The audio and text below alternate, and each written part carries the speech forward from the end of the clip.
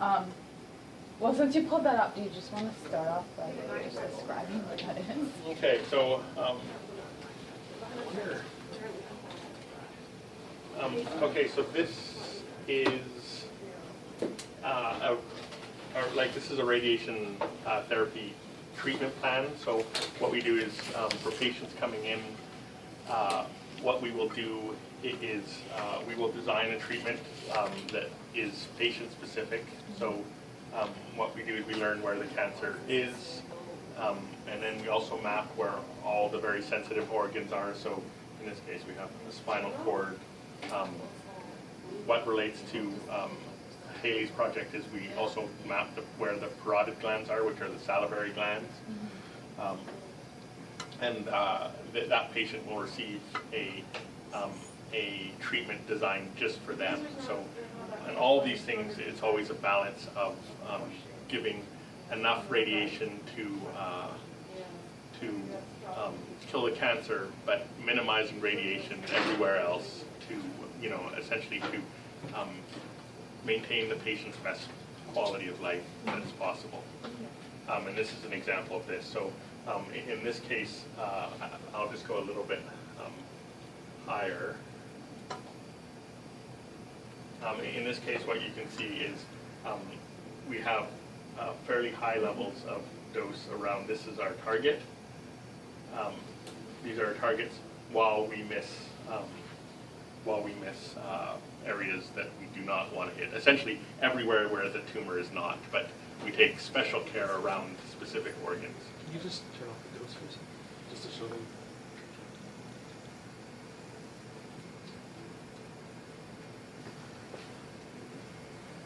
And again, these are all these things right here we list are important. So these are either targets or things we specifically do not want to hit. Okay, so that's not actually showing the cancer, is it? Or? No, and this one we won't be able to, but the cancer will be shown a couple of different ways. So in conjunction with this, they'll have PET imaging, MR imaging, diagnostic CT, so a plethora of, and in a normal patient, we would be able to show you, like, we could show you them, those are attached to it, but because this is an anonymized data set, we only have the parts that we need. And we can take pictures of this one? So, yeah, even before you actually publish it, can you just phone back? And I'll just make sure that that's gone through our Sure. Just the pictures, or? Yeah, just the pictures. We can send you the project and you can look at it.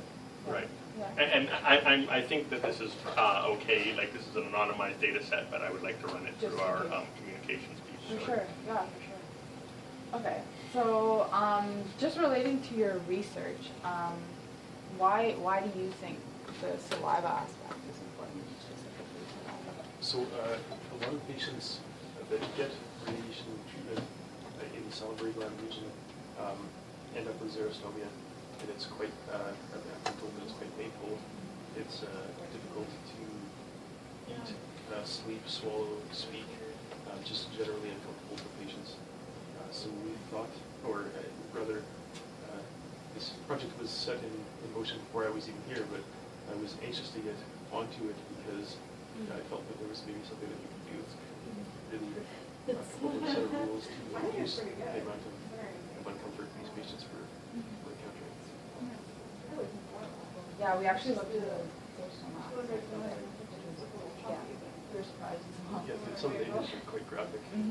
Yeah. Some are descriptive. Yeah. So in relation to that, how does the radiation specifically affect the saliva loss? So there's a correlation that we found that links the amount of radiation given almost mean dose to the entire gland to the amount of loss in terms of saliva encounters. So there's a very highly correlated link between those two. But in terms of what actually is happening at the cellular level or the duct level, we don't know yet. That's something that we're currently looking into. Okay, so it was just the general picture that you guys. That's right. Okay. Yeah, that's right. Okay. Yeah, unfortunately, we couldn't find anything more specific. Okay. We're looking for a smoking gun and didn't find it. Okay. So then, just wondering, how did you guys measure the dose to the parotid and then the saliva output? So saliva output is easy. I've been told, I haven't actually seen it done in person, but there's a dentistry department downstairs where they ask patients to lean forward. Mm-hmm. They have a little block of wax that they put in their mouth, Okay. and then they ask them to spit in a cup for 5 minutes. Oh. It's very simple. Wow. Okay. So that's where that measurement comes from. In terms of the dose to the glands, we don't actually have a measurement of the dose. We have an expected dose, like a planned dose that should be, I think it's within 5% or so. Better than 5%. Is it I would say action or something? probably within 1.5%.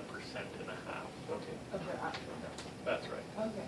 So this, like what I showed you here, is a calculation of the dose, but the calculation algorithm, at least in this kind of situation, extremely accurate. And then we were just wondering, because well, we researched it and we found that there were 3, I think, salivary glands. So we were wondering why just the parotid Why the gland. parotid? Yeah, so you're right. There's actually more. There's sublingual, submandibulars, parotids, and then all through the oral cavity, there's all these little, very tiny, almost like little clusters of cells, which is a handful of cells. Mhm. Those are all distributed across the palate and whatnot. But the parotid is really responsible for on-demand saliva. The submandibular is primarily the one responsible for at-rest saliva. So when patients go to eat or speak or do something, the parotid really is the one that should be supplying the saliva. Okay. So, yeah, there are other indications that it would be worthwhile to look at the submandibular, because the parotid is certainly the number one. So even during eating, it would be the. It would be primarily the parotid during eating.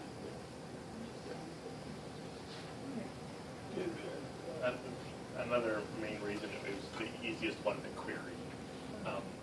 Because the submandibulars are resting saliva, there is no obvious way. You would have a very hard time challenging them. Like, so essentially getting them to work for you to actually be able to take a measure. Okay. We're currently looking at more sophisticated techniques where we are looking how to challenge them, but that was the primary reason. Okay. So did you guys come up with, or potentially other ways that you could be measuring the saliva other than spitting? Actually, yeah, we do have, we recently came up with a little scheme. Well, we didn't come up with it. We have a colleague from Denmark. They basically sent us plans that they have for these little suction cups that stick over the ducts in your mouth. So the primary means for parotid saliva to get in your mouth is a duct on your rear back molar called the Stenson's duct. And these little cups will actually just sit on the duct and collect all the saliva that comes out. So we haven't put those into practice yet, but we have thought about it. Yeah. That was really more efficient. I mean, it won't be actually more efficient than whole mouth saliva. You produce as much as you produce, and whether we whether we kind of vacuum it up or have someone spit it out, what we'll get out of it, that is that we'll be able to check parotid specific saliva, so how much the left parotid is giving versus the right, and the way we did it, we could only check whole mouth saliva. Yeah, as it stands, the submandibular puts out about 30% of saliva when the parotid is engaged. Okay. So there's a little bit of uncertainty there. Okay. Do you guys have questions you want to ask? I just wonder, how do you choose which patient do you collect, or are they voluntary to do your experiment, or how do you choose them? I think maybe Stephen can answer this in more detail, but my understanding is that patients are pretty much brought on, and then if they're excluded for some reason, then they're not allowed to participate. So yeah, there's a number. So first they have to consent to be part of the study.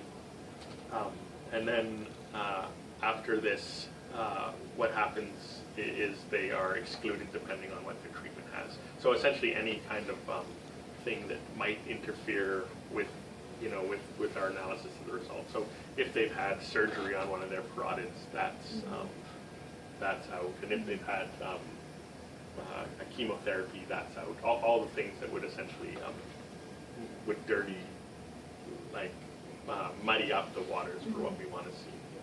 If a patient says they don't want to participate, then I never hear about the patients. We're not aware that they've even said no. Okay. And if they decide they don't want to do it halfway through, then they can, retract out the study at any time as well. Okay. So you're wondering if a patient were to receive a lower dose of radiotherapy, would it be as effective as using the cancer? Definitely not. The main kind of issue of contention is that you have to deliver enough radiation to kill the tumor, but you don't want to deliver too much radiation to the nearby tissue. So reducing the amount of dose is definitely not going to be possible for most cases. The trick here, at least the trick that we were looking for, is if you can maintain parts of the parotid gland, can we selectively plan to save certain parts of the parotid to maintain function? And what this would do is it would give us a little bit more information. So on something like this, we could be a little bit more specific and say, just save this part, and we have a good idea that this patient will do a little bit better, versus trying to save the whole parotid, where we would also have to sacrifice the tumor as well, like dose the tumor, which we can't do because then it will reduce the efficacy. And then, is this the kind of stuff that doctors actually use in the hospital to provide dosage for radiotherapy? This is exactly what they use. So this was someone who got treated with this exact thing. I wonder what is the scan? Is it like some CT or? This itself is a CT study. So this is a CT, and then what we do is we optimize the plan on this specific patient. So what you can see there is they have dentures or fillings. That's caused by that. But so for each patient, you have to take like a bunch of scans to figure out where are the tumor. Yeah.